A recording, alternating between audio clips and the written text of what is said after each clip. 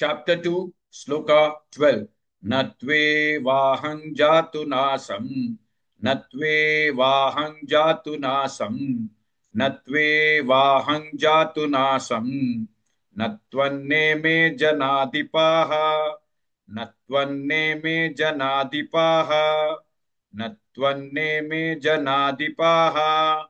Natve vahang jatu nasam.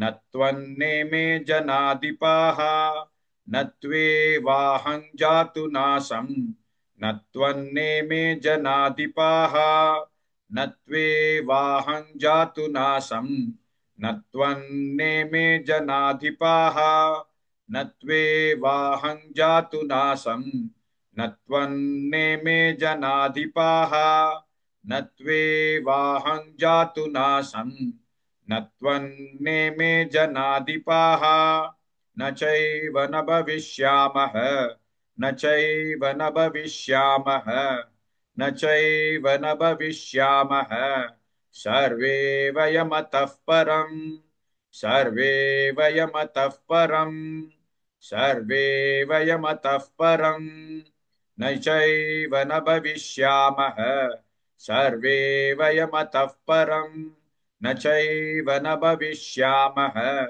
सर्वे वयमतः परम् न चैव न भविष्यामः सर्वे वयमतः परम् न चैव न भविष्यामः सर्वे वयमतः परम् न चैव न भविष्यामः सर्वे वयमतः परम् नत्वे वाहं जातु नासम् नत्वन्ने मे जनाधिपाः न चैव न भविष्यामः सर्वे वयमतः परम्.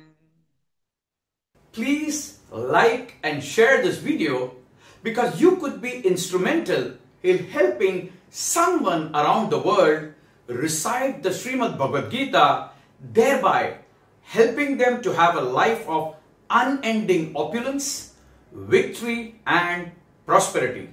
This is mentioned in chapter 18, sloka 78.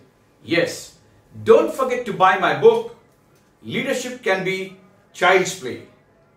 Namaste.